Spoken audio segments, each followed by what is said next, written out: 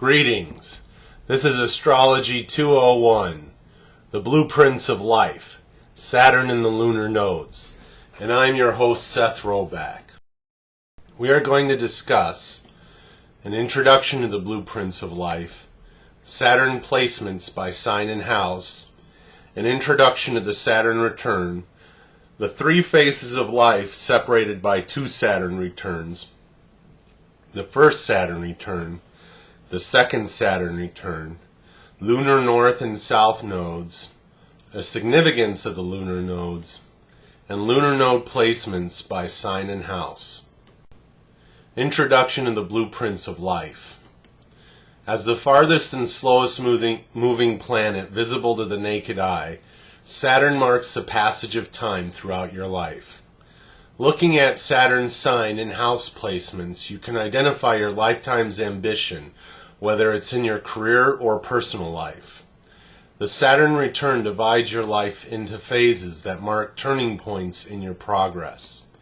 The lunar north and south nodes track the development of your spiritual evolution that also correspond to the timing of the Saturn returns. Looking at your Saturn, the Saturn returns, and your lunar nodes, you can envision the blueprints of your life as a whole. All the other planets, signs, houses, and aspects flesh out you as an individual within these skeletal structures. Saturn placements by sign and house. So Saturn is about what you're going to achieve in a lifetime. So in this case, we're looking at Aries, the first house, Taurus, second, Gemini, and the third house. So Aries or the first house. If Saturn's placed there, that means your lifetime achievement is to take greater risk and to be brave, to go on adventures. Saturn in Taurus or the second house, your lifetime achievement or work is about building prosperity and abundance. Saturn in Gemini in the third house is you have a lifetime achievement of building your intellect and communication, fulfilling your curiosity. Saturn placements by sign and house. So the Saturn lifetime achievements in Cancer in the fourth house, that's a lifetime achievement of building stability in the family, home, and creating a sense of security. As in this Ten of Pentacles, showing the various generations of a child and adults and then the elder. So this consistency and stability.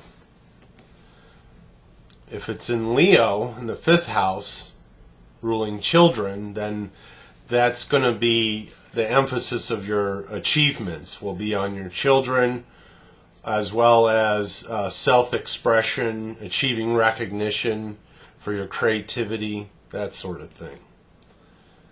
If it's in Virgo in the sixth house, then your lifetime achievements are focused on health and service.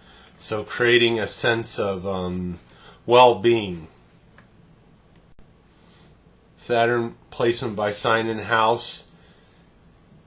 In Libra, in the seventh house, there is an emphasis on relationships as a lifetime work. In Scorpio, in the eighth house, Saturn has to do with power and transformation. In Sagittarius, in the ninth house, your lifetime achievements will be in philosophy, travel, and expanding your worldview. So if you have Saturn in Capricorn in your 10th house, it's in its rulership of career. In Aquarius in the 11th house has to do with innovation. The closest I could come up with this in the Tarot was the Star card. But really, the 11th house is about groups of people, friends, revolution, innovation, being an individual, that sort of stuff. Saturn in Pisces in the 12th house, your lifetime achievements will be through subconscious intuition. Very often Saturn in the 12th house or Pisces is someone that, the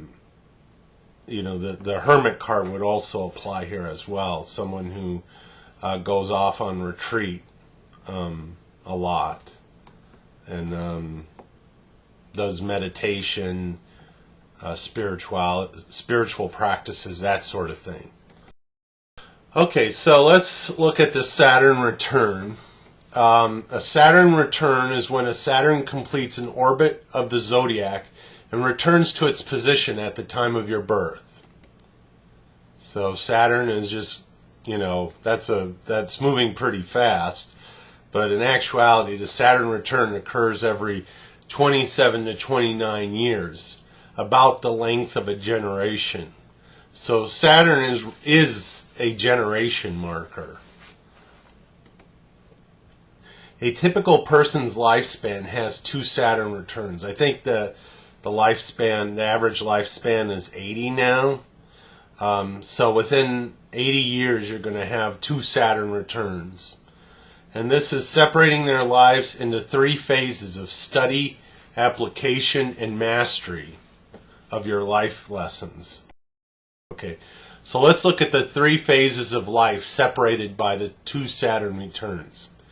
So the first phase I like to call the study phase, which is 0 to 28 years.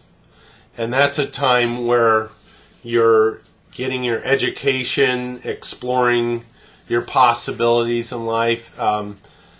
This is a time when you have role models and mentors, that start off with your parents and evolve into people in your career field or, that sort of thing, elders. So this would be a time of being involved in an apprenticeship of some sort. So I like the page because he's a young guy kind of making his start in life. But he's not ready to take on responsibilities yet, at least not completely.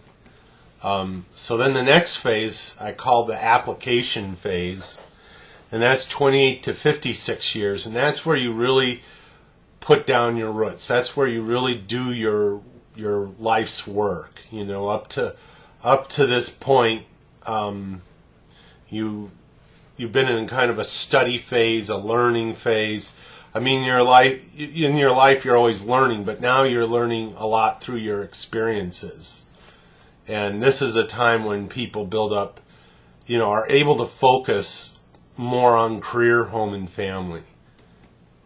And so between the study phase and the application phase is your first Saturn return. So that marks the turning point. And often there is some sort of crisis that happens or, difficulty that shifts your awareness that says, hey, I'm not green behind the ears anymore. I need to go out in the world and make my way. So then the last phase I like to call the mastery phase, which starts about age 56 to the end of your life. And that's a normal time where someone becomes a leader in their community, and that's the point in their life when they see their legacy. If you're around this time period, a lot of people become grandparents and can see the various generations. And so the transition time between the application and the mastery phases is the second Saturn return, and that has to do with oftentimes retiring at some point, soon within that time frame, being more involved in leadership roles. This is oftentimes when people are involved in politics or in their communities. You become an elder. This is a transition from a working person to an elder of wisdom.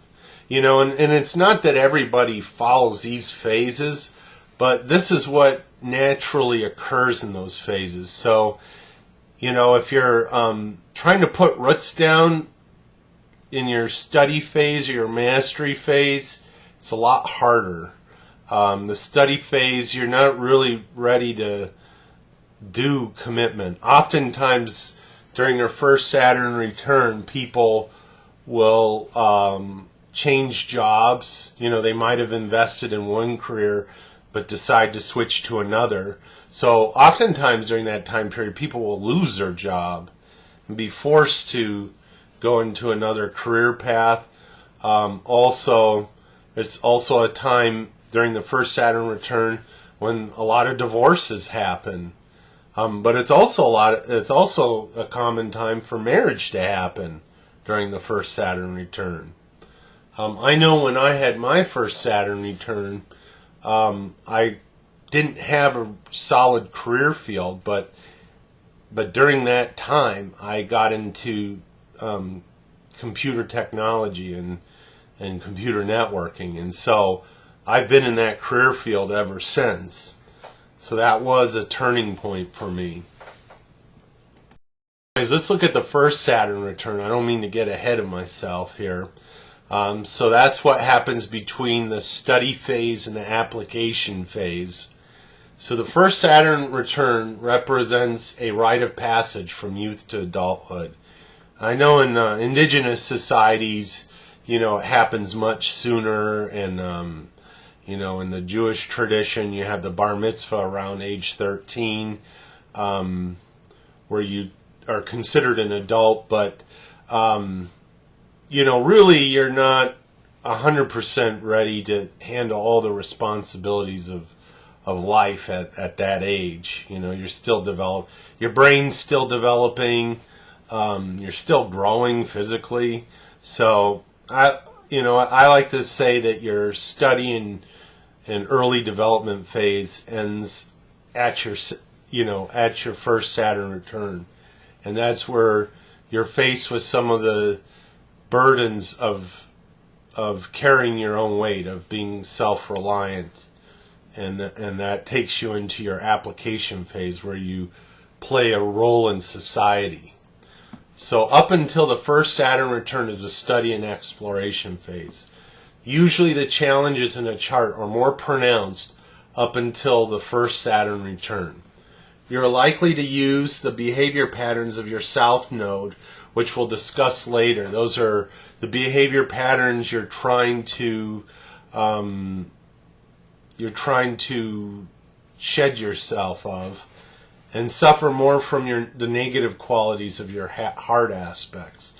So heart aspects being squares, oppositions, conjunctions with malefics like Saturn or Mars, any kind of difficulty. You're going to feel somewhat powerless over those challenges as you're studying, because you're not quite ready to tackle those challenges. You don't even know what your struggles are yet. You're still learning to perceive the world. But as you start to get towards the end of your study phase, you're getting ready to tackle those. So then, from the application phase to the mastery phase is the second return. So what do you look at at this point in a chart? So the second Saturn return represents the height of your accomplishments and creating a legacy to pass down as an elder. So hopefully you would have, through all your experiences of work out in the world, of building a home, raising a family, you would have developed some wisdom, and as you become an elder, you're not really physically able to keep up with the regular day-to-day rigmarole that the younger generation does. So you're starting to wind down, but you're also starting to have this wisdom to share. So up until the second Saturn return is a person's focus on career, home, and family responsibilities, which we talked about. But it is during this phase that you let go of the South Node.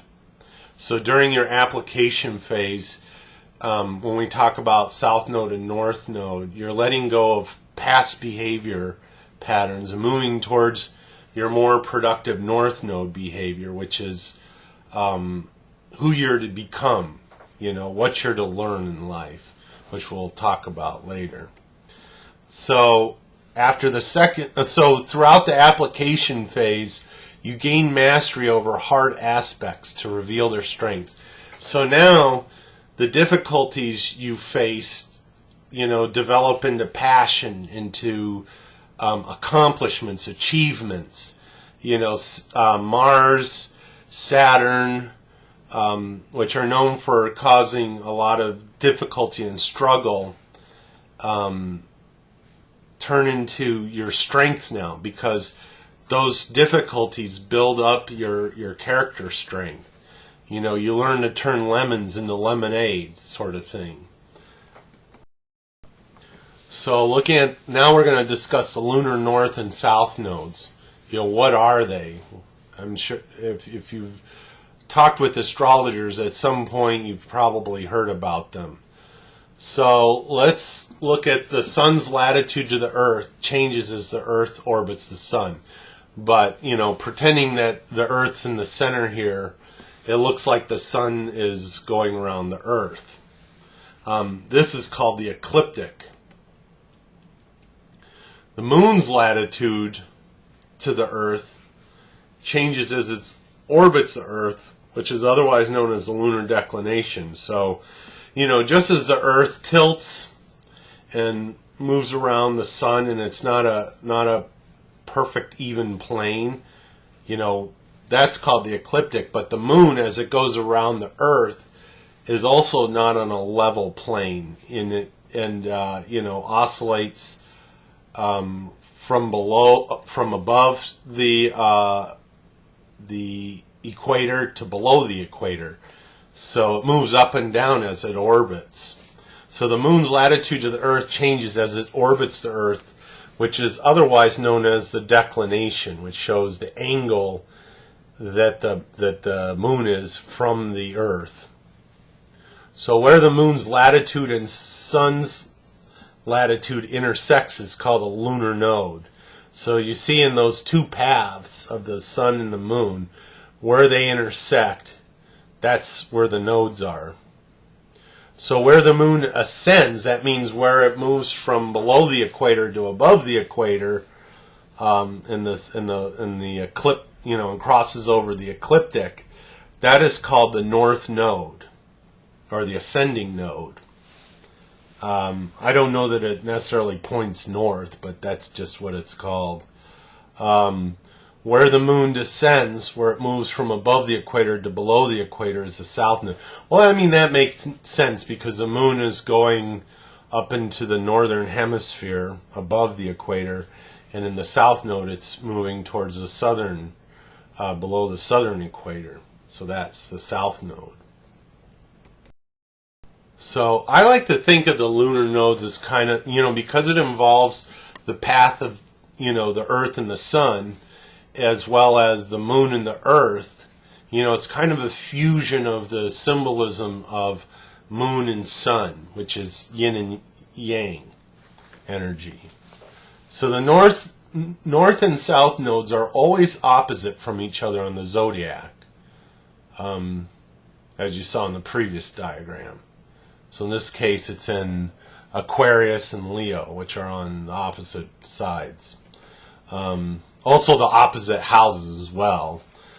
So the house and sign of the south node, that's where it goes below into the southern, below the equator, represents patterns of behavior that no longer serve you. So I like to think of a snake shedding its skin, or a lizard in this case shedding its skin. It's something that that's worn out. A behavior that doesn't work anymore.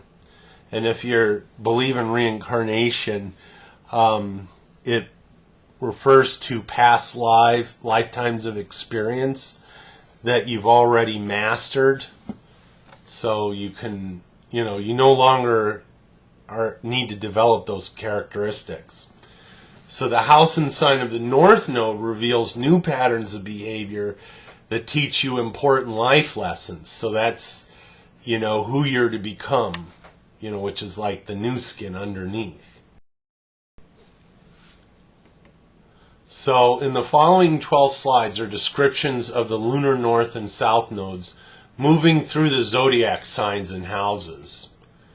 So the lunar nodes move retrograde, meaning they move backwards through the zodiac. So I begin with Virgo south node to Pisces north node and end on Libra south node to Aries north node. So I'm just moving backwards through the zodiac, starting with Pisces in the Virgo in the south node. It takes about 18 years for the nodes to do a complete to cycle completely through the zodiac. So that's a little bit over a year, maybe a year and a half per sign. So I'm starting here with North Node in Pisces and the South Node in Virgo. So and Virgo, if you see in the chart below, is the 6th house. So we see here the South Node either in Virgo or in the 6th house. Now you mix and match. So you may have the South Node in Sagittarius, but it's in the 6th house, or the South Node in the 9th house, but with Virgo. So, most likely you're going to have a mixture of a different sign in a different house, and you apply both of those messages. So when you have this North-South node and North node configuration, I kind of think of it as a go within. That's what you're learning to do, is to go within. So the South Node in Virgo is someone who is juggling all the responsibilities of life. Maybe, that it has a lot to do with analyzing things. And Virgo in the 6th house are known for perfectionism. And so this person needs to kind of let go of that a little bit.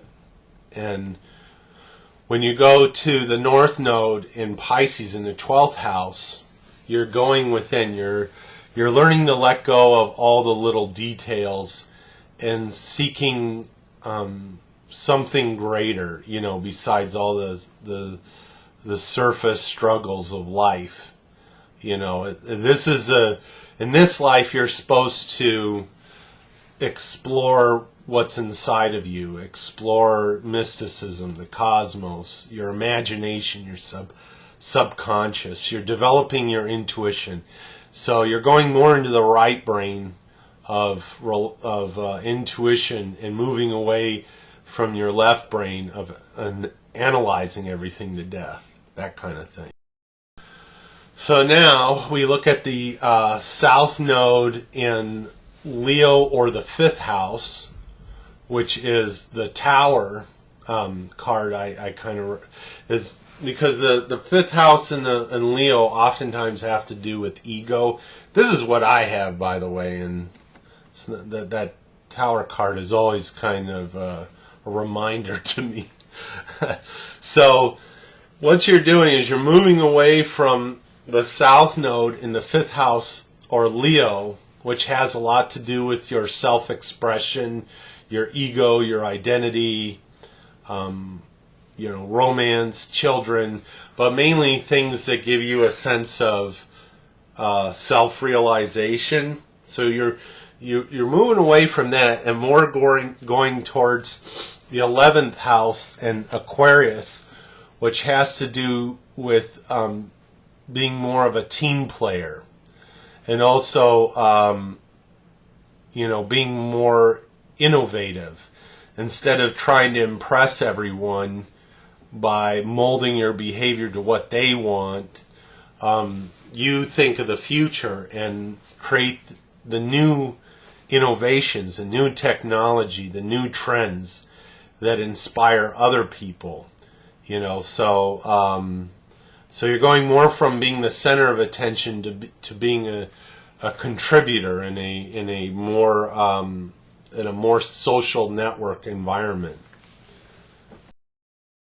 So we'll look at the South Node in Cancer in the 4th house. And I have, friends that kind of are a year behind me, age, born in 1972, around that time. And they very much seem like this hanged man. They're just always kind of stuck in a quandary. And where they're moving towards is Capricorn in the 10th house, which is about, getting serious about your career, working on success in your life. These people tend to rely a lot on their family to help them out, or they're looking for external things out there in the world that are going to help them, but it always gets them twisted up in kind of a knot, because you're really supposed to, when you have this North Node South Node combination, you're supposed to toughen up like a goat, and go out there and make your way in the world, so it can, these things can occur different ways. Let's look at South Node in Sagittarius, South Node in Gemini, North Node in Sagittarius. So this has a lot to do with finding your destiny. I kind of think of these people as sort of in a, the Gemini is sort of a curiosity and youth, and someone that's developing their intellect, education. This might be someone that wants to stay in school forever, become a career college student or whatever, or just learn a bunch of different things. But what's being called for from this person throughout their life is to go on a what would it be called? A soul search, to go find yourself, find your destiny, learn about the world through experience, not just reading books or thinking about it, but really encountering things in the world, and by that expanding your awareness of life, developing your philosophy. You're deepening and broadening your perspective on life. This person tends to trivialize everything, and they need to see that certain things have meaning to them. So when you have your South Node in Taurus, North Node in Scorpio, both of these signs have to do with your kind of sexual survival instincts. And a lot of people with the South Node, oftentimes struggle with addictions or, a focus on the things they own or their possessions or, their five senses of wanting pleasure. And really what's being called for is what you find in the 8th house and with Scorpio, which has to do with harnessing your primordial self, taming your survival and sexual and animal instincts.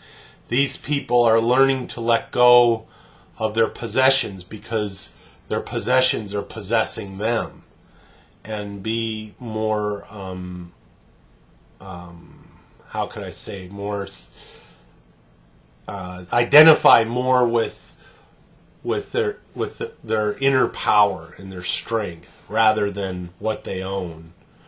It's kind of like someone who starts off wealthy and privileged, and everything's given to them. I'm not saying people born at these times have that, but they haven't really had a chance to experience their power, their capability to work through challenges and struggles because there hasn't been any. So this person is learning how to do that, basically. So when you have the South Node in Aries and South Node in Aries in the first house, North Node in Libra in the 7th house, you're going from Aries, first house, which is about self-determination, very competitive, to learning how to harmonize and relate to other people.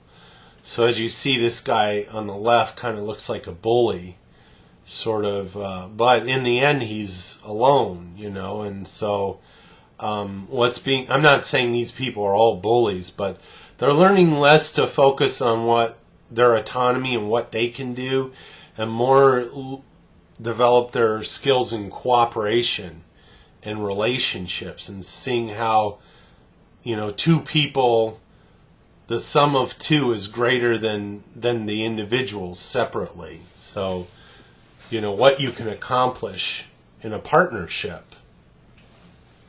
So this person's learning to sustain balance for.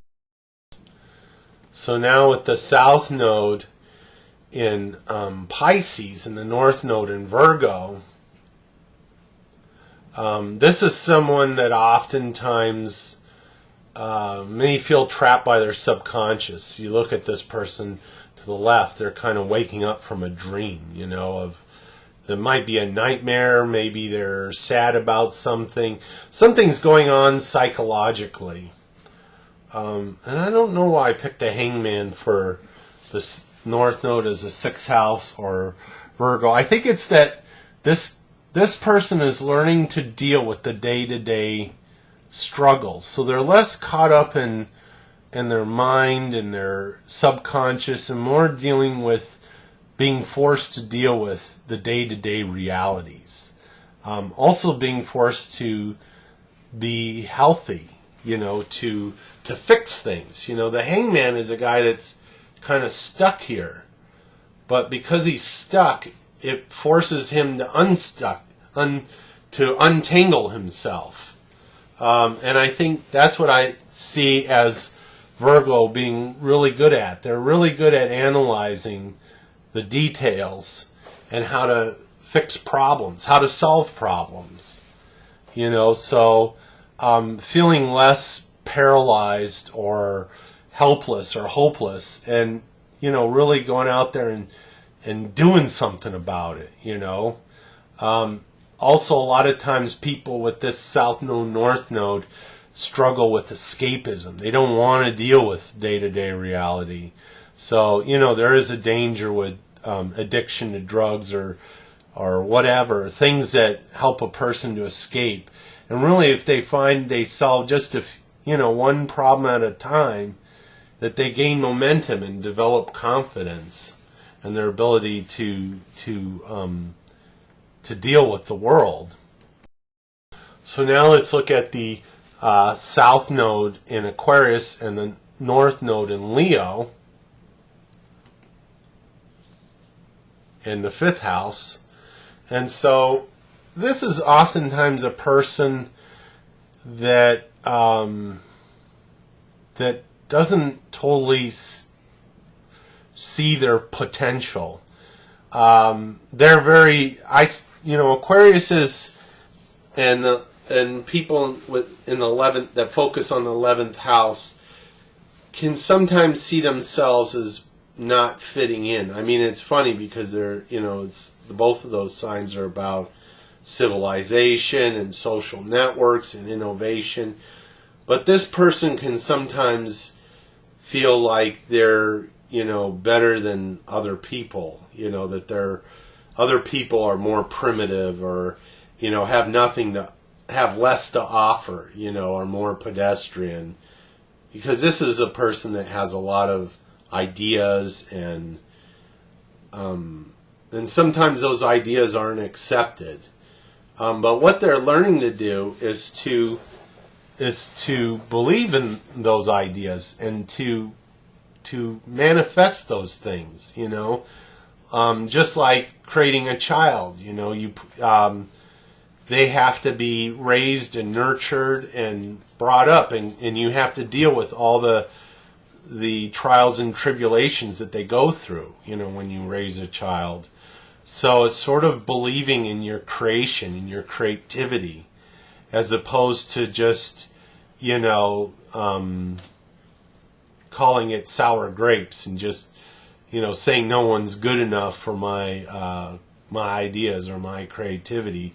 It's saying, no, you need to go out there and you need to work, you need to develop those ideas. You need to work with people, and develop leadership skills. You need to learn patience and that sort of thing. So it has to do with being creative. When you have your south node in Capricorn and your north node in Cancer, I think oftentimes as Capricorn being, this is an overemphasis on the 10th house in Capricorn. So this is an overemphasis on one's social status and prestige. This might be a very driven person in career, but what they're called to do or asked to do is to focus more on their personal life. Not so much on their social status, but on their personal relationships with home and family.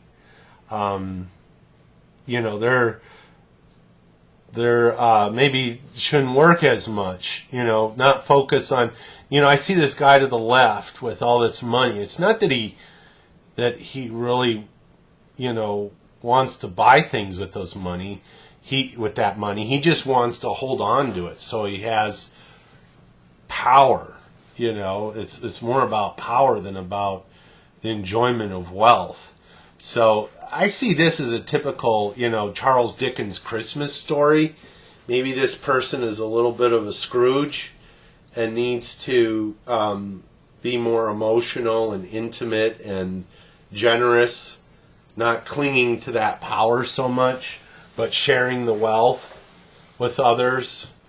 So that's kind of how I see that. Being more involved in people than, than making them work for you or whatever. So, so here we have the south node in Sagittarius and the north node in Gemini are this third house, which I have my south node in the ninth house and my north node in the third house, which is similar to this. And this is someone that's kind of removed themselves. This is someone that's maybe traveled or experienced the world, has expanded their social context. They've left their cultural values and have developed their own sense of personal values, their own philosophy, their own sense of truth. And this person is really being called out to communicate, to share that wisdom, like the Hierophant. And I kind of see that with my life and my background, was that I was always kind of moved around and exposed to so many different things, but it sort of made me reclusive and not really where I didn't want to share my thoughts or about the world or reality. And so now with my north node in the third house, I'm going, as a kid I was very much a hermit, and now I feel myself becoming more of a teacher, taking, all the things that I've written in my journals and contemplated about, all my self-reflection and all of that, and my studying of life, studying of philosophies, I can now express to other people and put it to use and pass down to others. So it has to do with sharing your wisdom. So now with the south node in Scorpio, we saw the south node in Taurus and the north node in Scorpio. Now with the south node in Scorpio and the north node in Taurus, the south node of the 8th house has to do with sort of moving around and not really developing a foundation, Whereas when you look at the second house in Taurus, that has to do with kind of staying in one place or cultivating your abundance. You have to grow it, you have to breed it, you have to, as opposed to just being a pauper and just wandering around in life. You see this a lot with people with this south and north node combination. When it's reversed, it's the person is too caught up in the material world and needs to let go of it. Here, they're too caught up in not being in the material world. I mean, we are in the material world. We have to take care of our bodies, we need to, our health and that sort of thing. And kind of you see these people over to the right as sort of, being more in a scarcity mindset of, they never really, maybe they did try to be successful in life. This card can mean all kinds of different things. But in this context, I'm showing you need to go away from being a pauper and more into being a cultivator, more into abundance. But you have to work at that abundance. It's not that it just happens. You have to plant those seeds, you have to, weed your crops, you have to water them, and that requires a certain amount of focus. So now, with the South Node in Libra, North Node in Aries, or South Node in the 7th house, North Node in Aries in the 1st house, this can be someone who's been too focused on relationships, and it's likely in their lifetime that they will experience disappointment, heartbreak, that sort of thing. And what that often means is their identity is too wrapped up in someone else, and what they need to do is find their own self-determination, their own sense of power, their own sense of accomplishments, which is what I think of this guy on the left. Now, when the nodes were reversed, it was more of this guy on the left being more of a jerk and needing to focus more on relationships, which is Libra in the 7th house. But in this case, this person, might be too caught up in relationships, maybe codependent, and maybe they need to focus on themselves more, their own capabilities. And by doing that, it's not saying they won't be in relationships, but by becoming powerful within yourself, by having your own life, you're going to be much more attractive than focusing on someone else and identifying too much with them.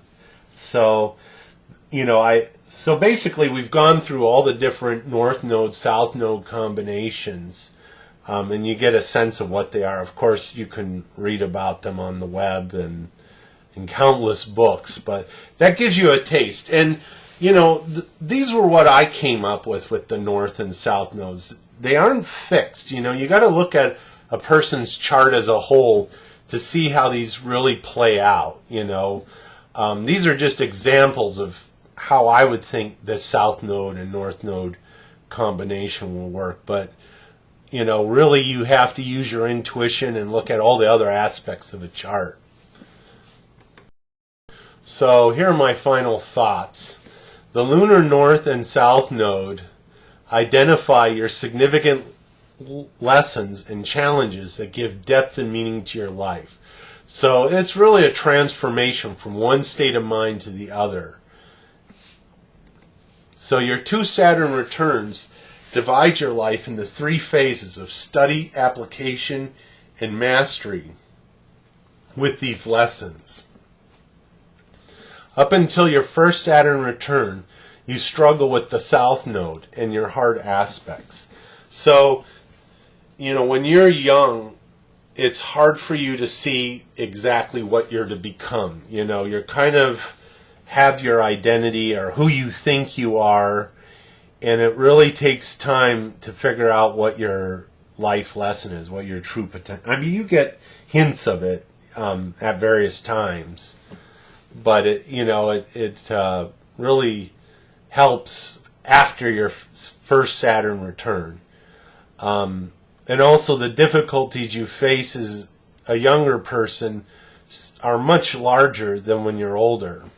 I mean, they're still very big as an older person. We all go through struggles, and there's a lot more painful ones as an adult than as a child, but as a child you don't feel as powerful or capable, wise enough to handle all those challenges. You haven't developed your emotional toolbox, I like to call it, of all the tools you use to cope and adapt to the struggles you have. But you're studying, you're looking, you're watching other people, you're watching your parents, you're watching teachers and mentors, and you're seeing how they deal with these challenges. So it really is a study phase. And then between your first and second Saturn return, you start to harness the benefits of your heart aspects and become more like your North Node personality. So here you're starting to gain a handle on the struggles that felt too big for you to handle by yourself before. You're now finding yourself able to deal with those challenges. And so I think of things I've struggled with, in relationships or whatever. I started to get a perspective on those challenges as I got more into this middle section of time in our life. The application phase, when we take all the things we've studied and learned from other people, and now we're trying to apply to our own lives. And of course, our lives are different than other people's lives. So while we're applying what we've learned, we learn new things. We run into issues, errors, problems, and from that we adjust and we develop new understanding, new awareness by testing out the things that we've learned as a younger person. I think about myself as a younger person. My mother took me to a lot of meditation retreats and, was involved in a lot of this stuff, which I didn't do as much when I left home, and, I do to some degree.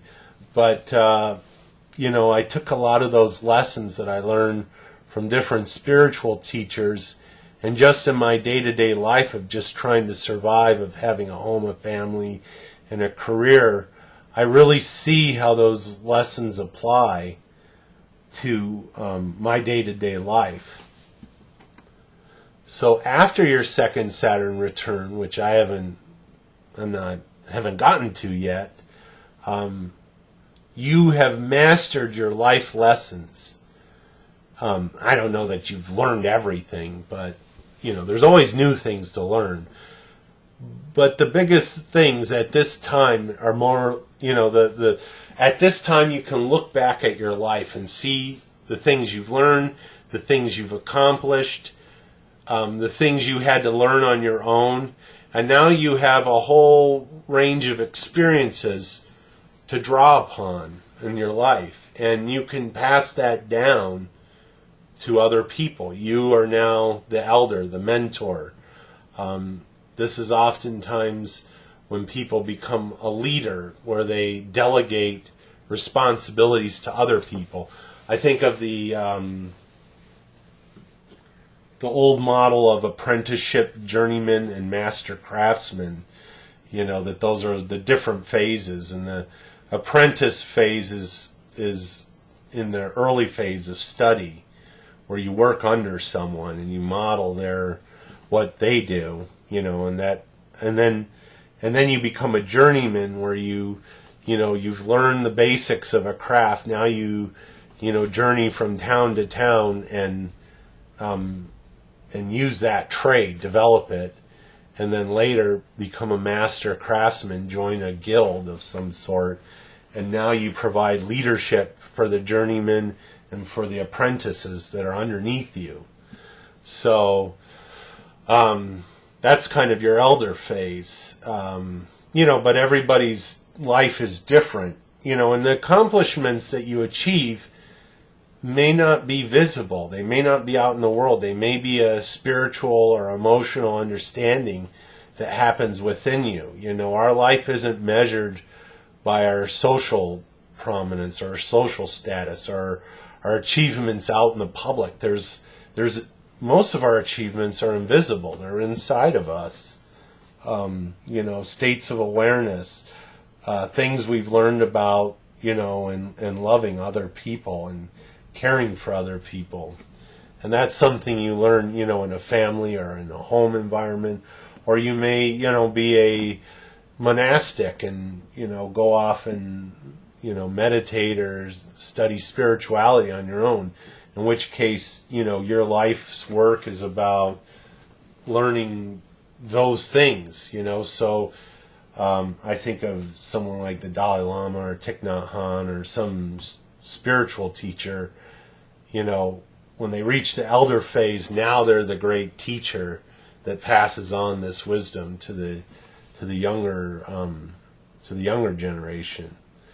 So basically, through the lunar nodes and the Saturn returns, you can focus your chart readings to show how your clients develop over a lifetime.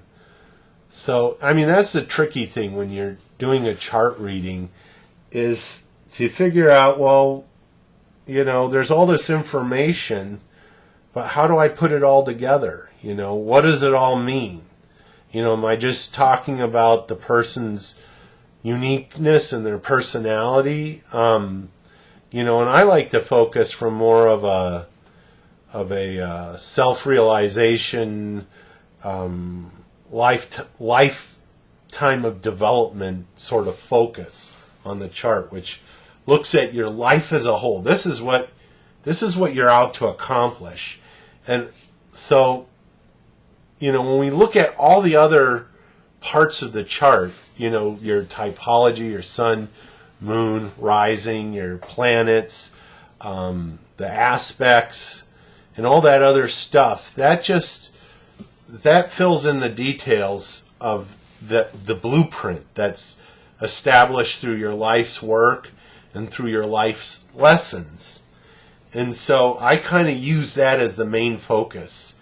And when we get to the next video, I'm going to do a complete birth chart reading, and I show you how to apply all the different components, the lunar nodes, the Saturn returns, planet signs, aspects, and houses, all into a birth chart reading.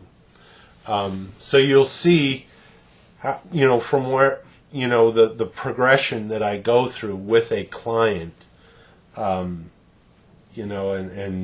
how I give them a sense that when they're done with the reading, that they've gotten something really awesome, from the reading, something that puts their whole life into a perspective that's empowering, and that's kind of the goal that I shoot for. So this particular video is one of the most important ones, and we had to learn all the little pieces of astrology to get the language so we could get to this point where we can talk about the overarching themes in a chart, the big story arc in someone's life. So in the next video, we're going to put it all together, and it's going to be beautiful. So I'll thank you very much for listening, and I'll check in with you in the next video.